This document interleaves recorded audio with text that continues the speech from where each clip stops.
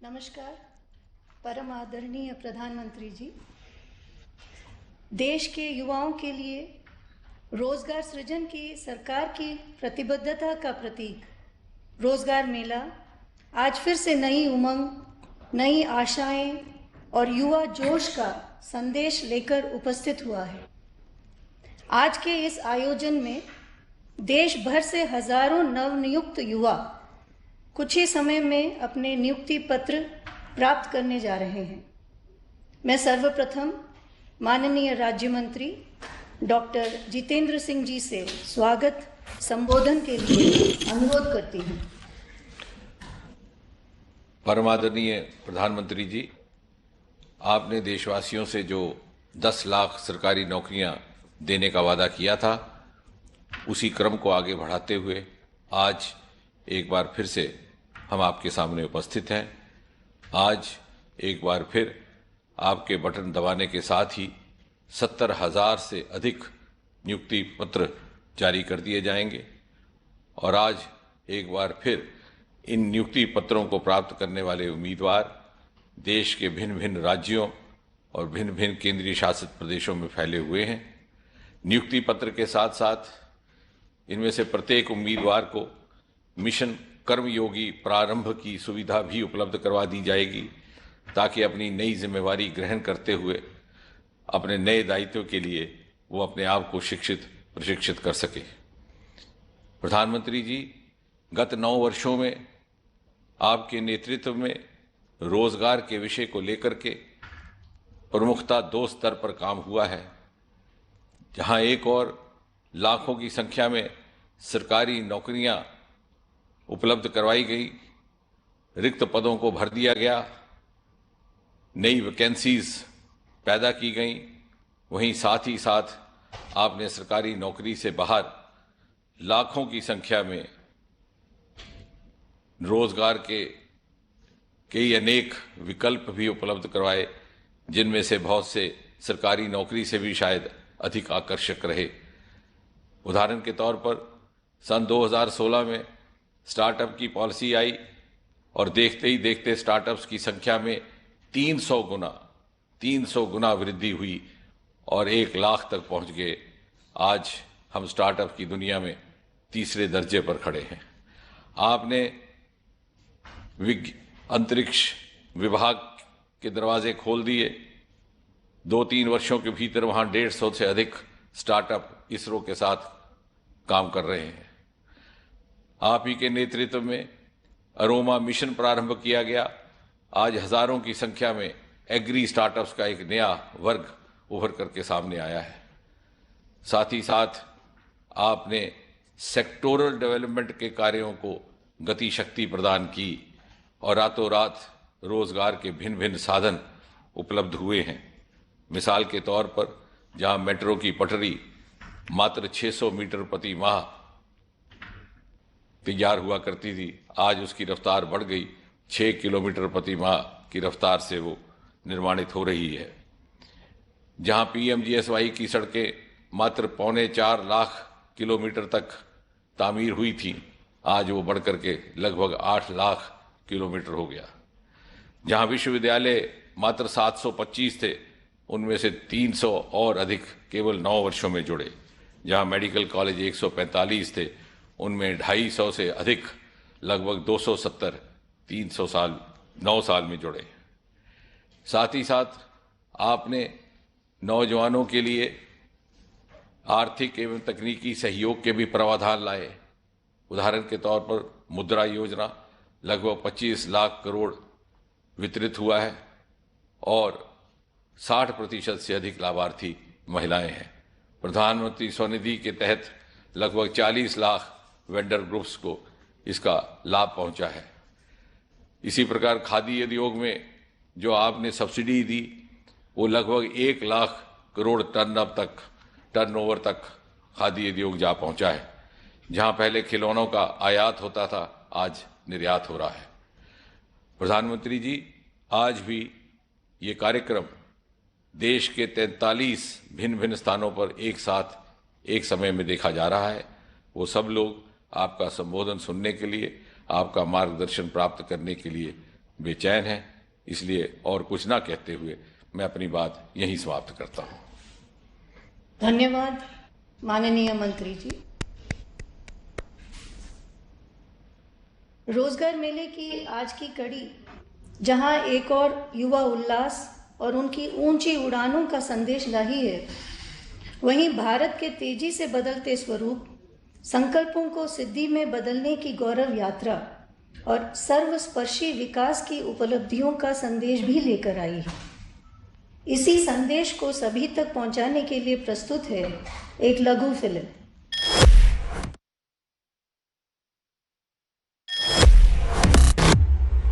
कोशिश और लक्ष्य, जिद और जोश,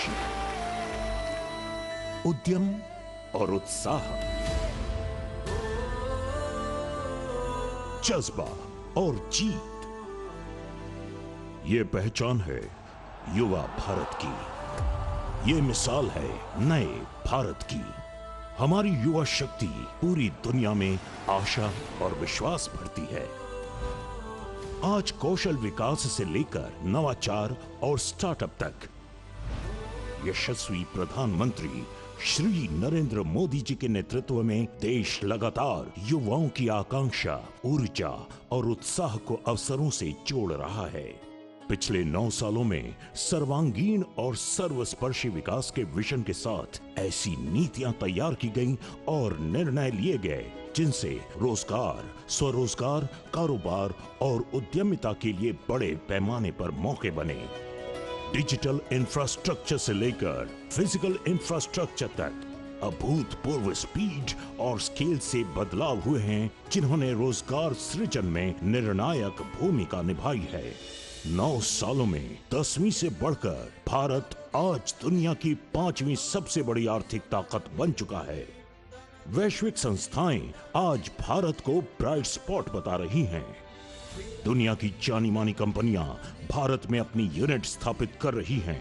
पिछले 9 वर्षों में लगभग $600 बिलियन का विदेशी प्रत्यक्ष निवेश हुआ है, जो अभूतपूर्व है। आज देश में एक मजबूत इकोसिस्टम तैयार हुआ है, जिसमें युवाओं के लिए असीमित संभावनाएं और उज्जवल भविष्य की सशक्त नींव है। इसी कड़ी में प्रधानमंत्री जी के विजन के तहत रोजगार मेला समयबद्ध और ट्रांसपेरेंट तरीके से 10 लाख युवाओं को सरकारी नौकरियां उपलब्ध कराने के लिए की गई एक अहम पहल है। साथियों, युवाओं को अवसर देने और देश के विकास में उनके सामर्थ्य का उपयोग करने की दिशा में रोजगार मेले का आयोजन हो रहा है। इस लक्ष्य को हासिल करने के लिए सरकारी और पब्लिक सेक्टर के अनेक संस्थान अपना योगदान दे रहे हैं। रोजगार मेले के तहत भारत और राज्य सरकारों द्वारा हजारों युवाओं को हर महीने नियुक्ति पत्र सौंपे जा रहे हैं। 2014 से 2023 तक के 9 वर्षों में एसएससी, यूपीएससी और रेलवे रिक्रूटमेंट बोर्ड ने 8,82,000 से अधिक सरकारी पदों पर नियुक्तियां की हैं, जो कि पिछली सरकार के 9 वर्षों की तुलना में 26% से भी अधिक है।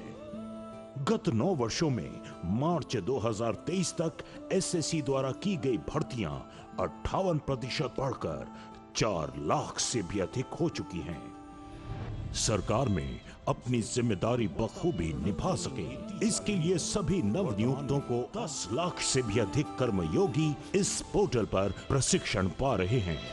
Right now, I got selected in the income tax department as tax assistant. This Rozgar Mela had made me enormously happy. There was no roadblock and I got my appointment letters in a time bound and hassle-free manner. रोजगार मेले उधमपुर में मुझे यह नियुक्ति पत्र वितरित किया गया है श्री माननीय प्रधानमंत्री नरेंद्र मोदी जी द्वारा। तो इसके लिए सर मैं उनका बहुत बहुत आभार व्यक्त करता हूं और भारत सरकार का बहुत आभार व्यक्त करता हूं। अमृत काल में हमारे युवा कर्मयोगी भारत की विकास यात्रा को और गति देंगे और हमारी समर्थ युवा शक्ति विकसित भारत के संकल्प को मजबूती देगी।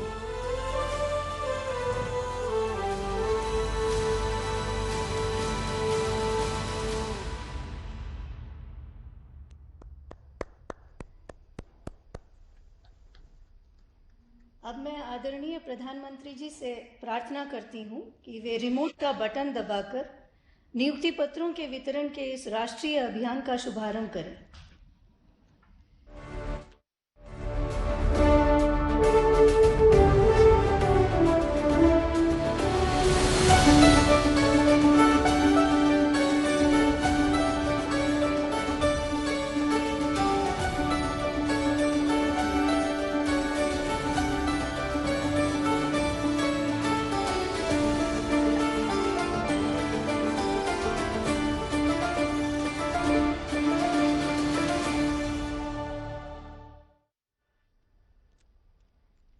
मैं आदरणीय प्रधानमंत्री जी से अनुरोध करती हूं कि रोजगार मेले के इस विशेष अवसर पर अपने मार्गदर्शन से हम सभी को एवं देश भर से जुड़ी युवा महाशक्ति को अनुग्रहित करें।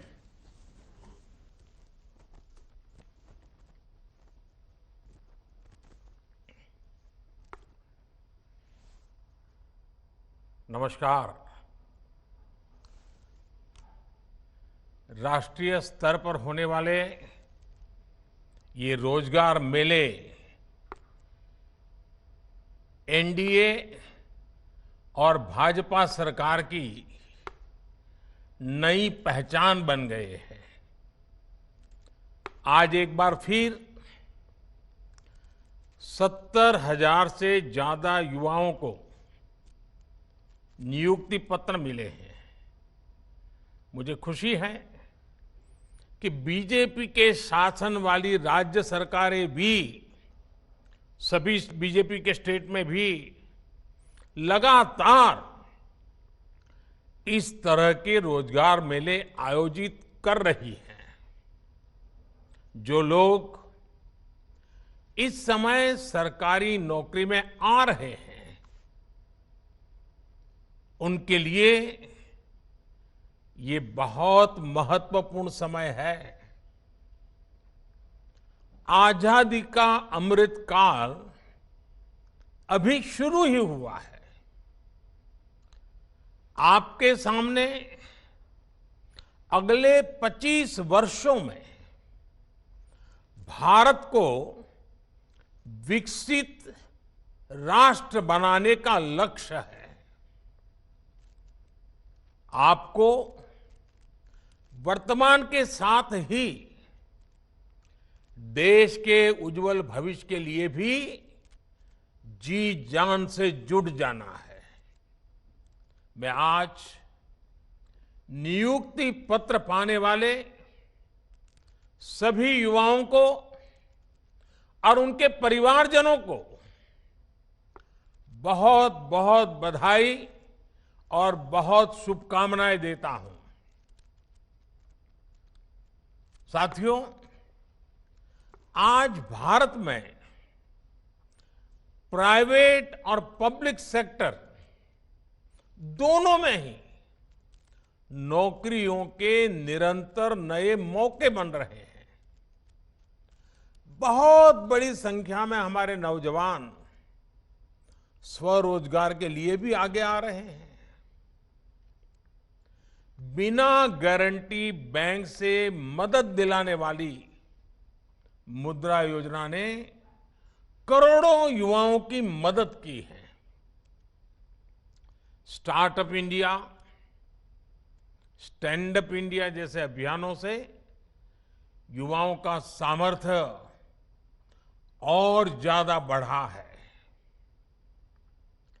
सरकार से मदद पाने वाले ये नौजवान अब खुद अनेक युवाओं को नौकरी दे रहे हैं। बीते वर्षों में जिस तरह बड़े पैमाने पर युवाओं को सरकारी नौकरी दी गई है, यह अभियान भी अपने आप में अभूतपूर्व है। देश में सरकारी नौकरी देने वाले प्रमुख संस्थानों जैसे एसएससी, यूपीएससी और आरआरबी पहले के मुकाबले इन व्यवस्थाओं के माध्यम से ज्यादा युवाओं को नौकरी दी है। और अभी जो वीडियो दिखाया गया उसमें उसका जिक्र भी है। इन संस्थाओं का जोर परीक्षा प्रक्रिया को पारदर्शी, व्यवस्थित और सरल बनाने पर भी रहा है। पहले जिन भर्ती परीक्षाओं को पूरा होने में उसका जो चक्र होता था, वो चक्र पूरा होने में साल, 1.5 साल का समय यूं ही लग जाता था। और अगर वो कोई कोर्ट कचहरी में चला गया तो 2-2, 5-5 साल बिगड़ जाते थे। ये सारी चीजों से बाहर निकल करके अब कुछ ही महीनों में सारा चक्र, सारी प्रक्रियाएं पारदर्शी पद्धति से पूर्ण कर दी जाती है। साथियों, आज पूरी दुनिया हमारी विकास यात्रा में साथ चलने के लिए तत्पर है। भारत को लेकर ऐसा विश्वास और हमारी अर्थव्यवस्था पर इतना भरोसा पहले कभी नहीं रहा। आप जानते हैं, एक तरफ वैश्विक मंदी, कोरोना जैसी भयंकर वैश्विक महामारी, दूसरी तरफ युद्ध की वजह से वैश्विक सप्लाई चेन टूटना, कितनी कितनी कठिनाइयां दुनिया में दिखाई दे रही है। इन सब के बावजूद, और युवानों, मेरे युवा साथियों, इस बात को आप गौर कीजिए, इन सारी दिक्कतों के बावजूद भी भारत अपनी अर्थव्यवस्था को नई ऊंचाई पर ले जा रहा है। आज विश्व की बड़ी बड़ी कंपनियां मैन्युफैक्चरिंग के लिए भारत आ रही है। आज भारत का विदेशी मुद्रा भंडार रिकॉर्ड स्तर पर है। जब इतनी बड़ी मात्रा में विदेशी निवेश आता है तो उससे प्रोडक्शन बढ़ता है, उद्योग का विस्तार होता है, नए नए उद्योग लगते हैं, उत्पादन बढ़ता है, एक्सपोर्ट बढ़ता है। और स्वाभाविक है, बिना नए नौजवानों के काम हो ही नहीं सकता। और इसलिए एम्प्लॉयमेंट बहुत तेजी से बढ़ता है, रोजगार बहुत तेजी से बढ़ता है। हमारी सरकार के निर्णयों ने प्राइवेट सेक्टर में कैसे लाखों नए अवसर पैदा किए हैं। अभी हमारे डॉक्टर जितेंद्र सिंह जी विस्तार से वो एक एक वाक्य में ब्यौरा दे रहे थे, लेकिन मैं जरा एक उदाहरण आपके सामने रखना चाहता हूं। जैसे ऑटोमोबाइल सेक्टर, देश की जीडीपी में इस सेक्टर का योगदान 6.5% से ज्यादा है। पिछले कुछ वर्षों में भारत की ऑटोमोटिव इंडस्ट्री ने बड़ी छलांग लगाई है। आज भारत से पैसेंजर व्हीकल दुनिया के कई देशों में एक्सपोर्ट उनका बढ़ रहा है। कॉमर्शियल व्हीकल का एक्सपोर्ट, इतना ही नहीं, हमारे 3 व्हीलर, 2 व्हीलर्स, उसके एक्सपोर्ट में भी बहुत वृद्धि हो रही है। 10 साल पहले ये इंडस्ट्री 5 लाख करोड़ रुपए के आसपास थी। आज ये इंडस्ट्री 5 लाख करोड़ से जंप लगा करके 12 लाख करोड़ रुपए से भी ज्यादा की हो गई है। इलेक्ट्रिक मोबिलिटी का भी भारत में लगातार विस्तार हो रहा है। ऑटोमोबाइल सेक्टर को भारत सरकार की पीएलआई स्कीम से भी बहुत मदद मिल रही है। तेजी से आगे बढ़ते हुए ऐसे ही सेक्टर्स लाखों युवाओं के लिए रोजगार के नए मौके बना रहे हैं। साथियों, आज भारत एक दशक पहले की तुलना में ज्यादा स्थिर, ज्यादा सुरक्षित और ज्यादा मजबूत देश है। राजनीतिक भ्रष्टाचार, योजनाओं में गड़बड़ी, जनता जनार्दन के धन का दुरुपयोग, पुरानी जितनी सरकारें आप देखेंगे उनकी पहचान यही बन गई थी। आज भारत को उसकी राजनीतिक स्थिरता के लिए जाना जाता है। पॉलिटिकल स्टेबिलिटी ये दुनिया में बहुत मायना रखती है। आज भारत सरकार की पहचान उसके निर्णायक फैसलों से होती है। एक डिसिसिव गवर्नमेंट। आज भारत सरकार की पहचान उसके आर्थिक और प्रगतिशील सामाजिक सुधारों से हो रही है। ग्लोबल एजेंसियां लगातार इस बात को घोषित कर रही हैं, अनुमान लगा रही हैं और विश्वास से कह रही है कि चाहे हाईवे का निर्माण हो या रेलवे का, ईज ऑफ लिविंग की बात हो या फिर ईज ऑफ डूइंग बिजनेस की चर्चा, भारत पिछली सरकारों की तुलना में बहुत बेहतर प्रदर्शन कर रहा है। बीते वर्षों में भारत ने अपने फिजिकल इंफ्रास्ट्रक्चर पर और अपने सोशल इंफ्रास्ट्रक्चर पर लाखों करोड़ रुपए का निवेश किया है। लाखों करोड़ रुपए के इस निवेश ने भी रोजगार के करोड़ों अवसर बनाए हैं। अब जैसे सोशल इंफ्रास्ट्रक्चर का मैं एक उदाहरण देता हूं आपको, जो हमारे सामाजिक जीवन से जुड़ा हुआ विषय है, और वो है पानी। और उसके लिए हमने चलाया है जल जीवन मिशन।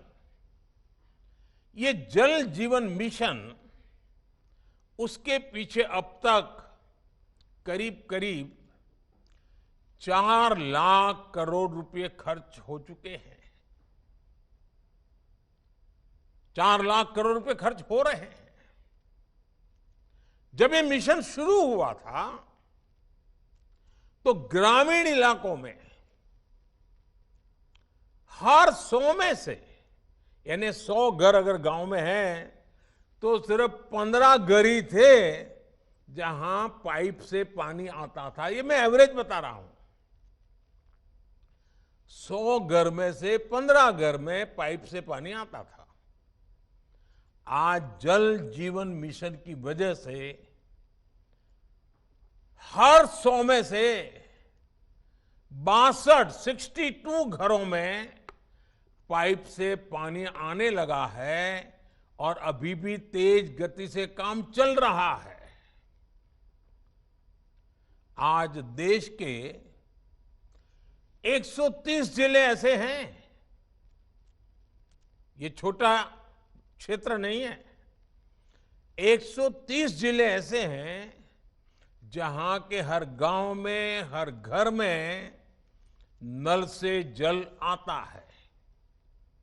और साथियों, जिन घरों में अब साफ पानी पहुंच रहा है वहां लोगों का समय भी बचा है, लेकिन इससे ज्यादा महत्वपूर्ण जो लाभ हो रहा है वो गंभीर बीमारियों से भी बचे हैं। पीने का शुद्ध पानी आरोग्य के लिए बहुत बड़ी औषधि बन जाता है।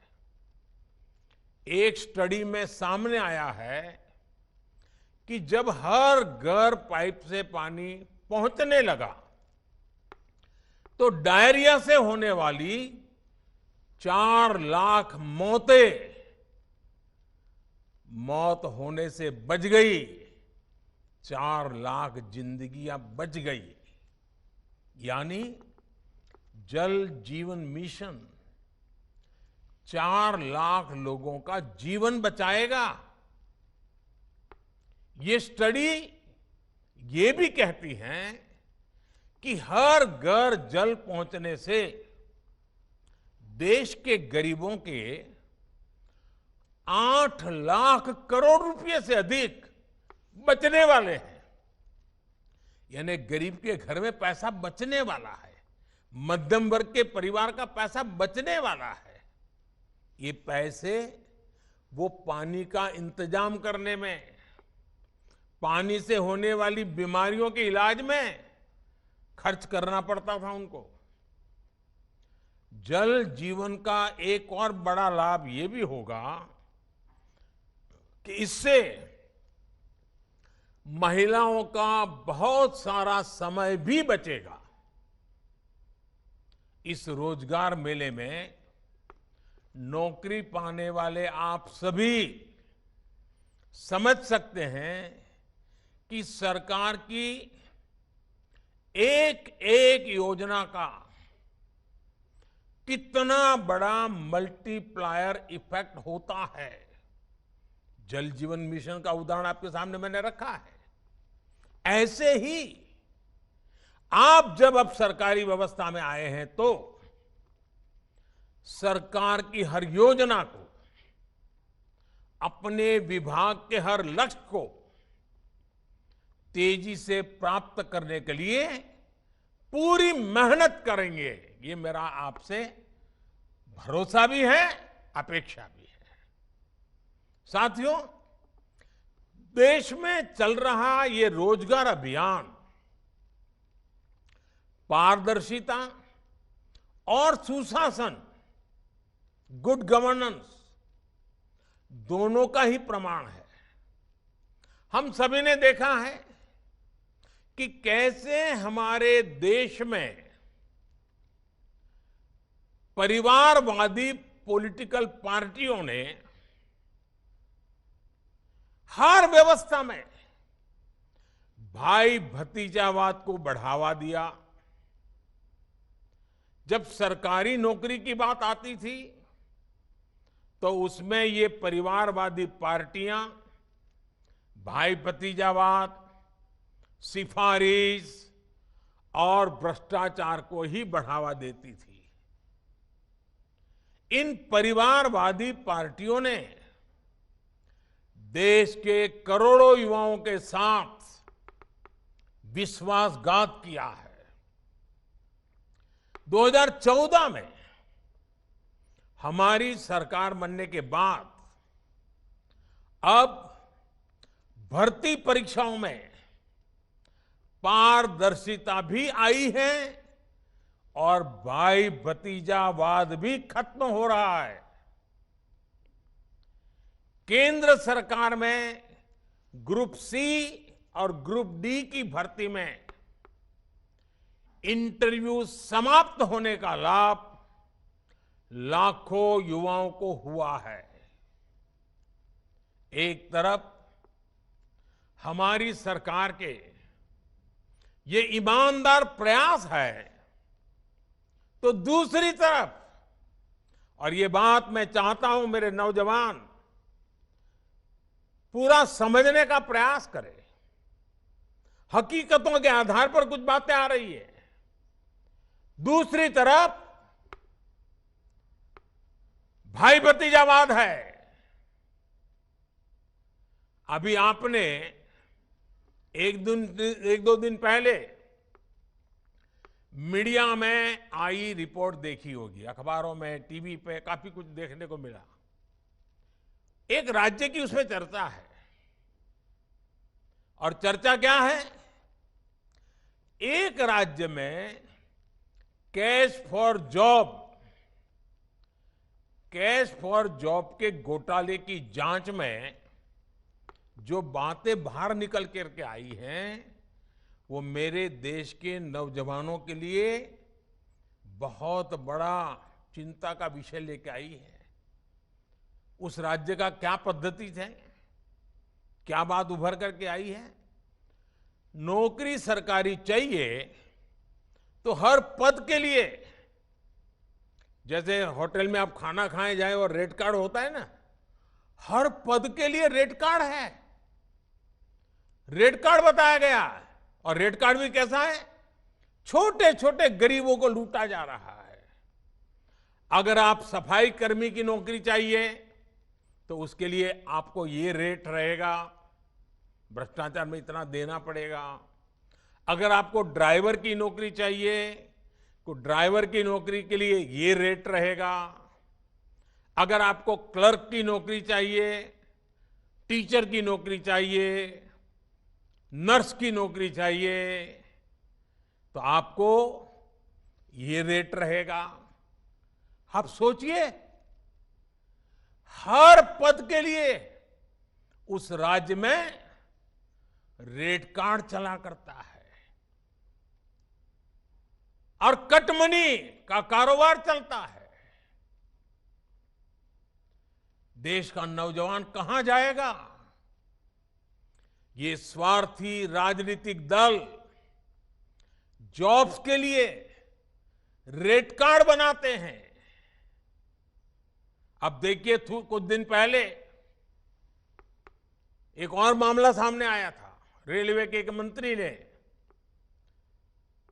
जॉब दे के बदले में गरीब किसानों की जमीनें लिखवा ली थी। जॉब के बदले में जमीन पड़ा ली। वो भी केस सीबीआई में चल रहा है, कोर्ट में चल रहा है। भाइयों बहनों, आप देखिए, आपके सामने दो चीजें साफ है। एक तरफ परिवारवादी वो पार्टियां, भाई भतीजावाद करने वाली वो पार्टियां, भ्रष्टाचार में रोजगार के नाम पर देश के नौजवानों को लूटने वाली पार्टियां, जो रेट कार्ड, हर चीज में रेट कार्ड, हर चीज में कटमनी, उनका रास्ता है रेट कार्ड। जबकि हम युवाओं के उज्जवल भविष्य को सेफ गार्ड करने पर काम कर रहे हैं। रेट कार्ड आपकी काबिलियत को, आपके सामर्थ्य को, आपके सपनों को चूर चूर कर देते हैं। हम आपके सेफ गार्ड में लगे हैं जो आपके सपनों के लिए जीते हैं, आपके संकल्पों को साकार करने के लिए काम कर रहे हैं। आपकी हर इच्छा आकांक्षा, आपके परिवार की हर इच्छा आकांक्षा, उसको सेफगार्ड करने में हम लगे हैं। अब देश तय करेगा देश के नौजवानों का भविष्य रेट कार्ड के भरोसे चलेगा कि सेफगार्ड व्यवस्था के अंदर सुरक्षित तरीके से पनपेगा। साथियों, ये भाई भतीजावाद वाली पार्टियां देश के सामान्य मानवी से आगे बढ़ने के अवसर छीन लेती है, जबकि हम देश के सामान्य मानवी के लिए नित नए अवसर बना रहे हैं। साथियों, हमारे देश में कुछ राजनीतिक दलों ने लोगों को भाषा के नाम पर एक दूसरे से भिड़ने के लिए, देश को तोड़ने के लिए भाषा को एक हथियार बनाया। लेकिन हम भाषा को लोगों को रोजगार देने, उन्हें सशक्त करने का माध्यम बना रहे हैं। हमारी सरकार ये सुनिश्चित कर रही है कि किसी को अपना सपना पूरा करना हो तो कोई भी भाषा उसके सामने दीवार न बने। भारत सरकार आज जिस तरह मातृभाषा में भर्ती परीक्षा पर जोर दे रही है, एंट्रेंस एग्जाम पर जोर दे रही है, उसका भी सर्वाधिक लाभ मेरे देश के बेटे बेटियों को मिल रहा है, हमारे नौजवानों को हो रहा है। रीजनल लैंग्वेज में परीक्षा होने से युवाओं को आसानी से अपनी योग्यता साबित करने का अवसर मिला है। साथियों, आज तेजी से आगे बढ़ते हुए भारत में सरकारी व्यवस्थाओं और सरकारी कर्मचारियों के काम करने का तरीका भी तेजी से बदल रहा है। एक समय था जब देश के सामान्य नागरिक सरकारी दफ्तरों के चक्कर लगाते रहते थे। आज सरकार अपनी सेवाएं लेकर देश के नागरिकों के घर तक पहुंच रही है।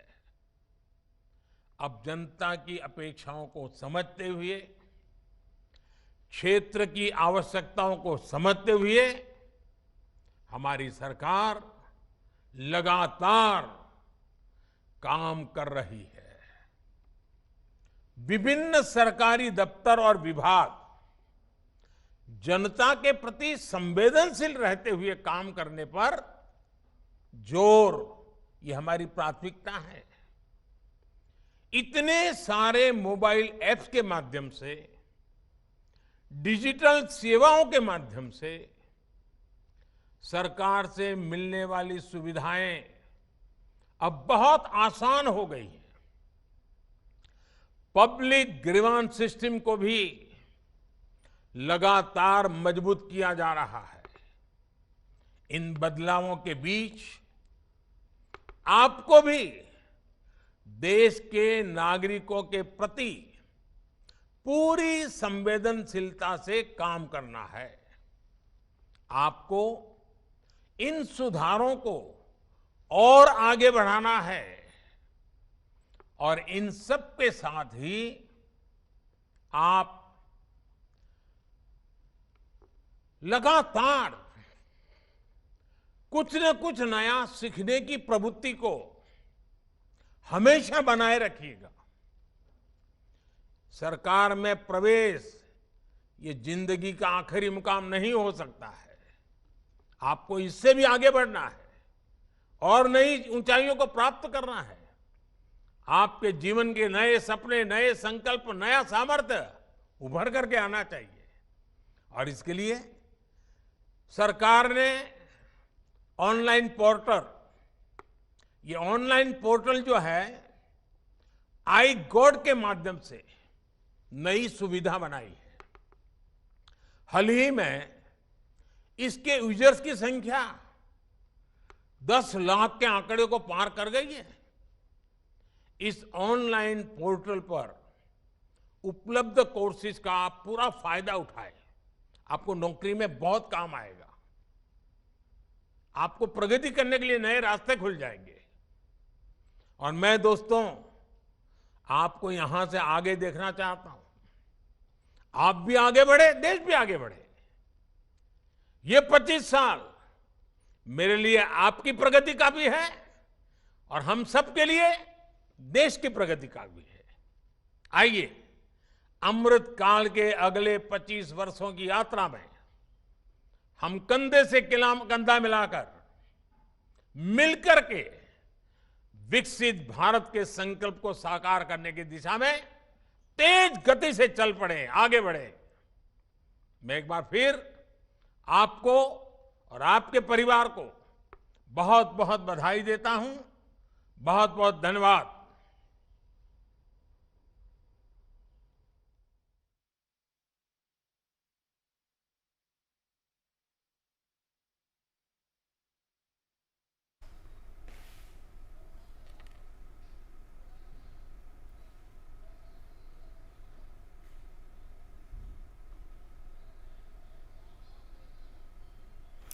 तो आप सुन रहे थे प्रधानमंत्री का संबोधन। छठा रोजगार मेले का ये चरण था जहां 70,000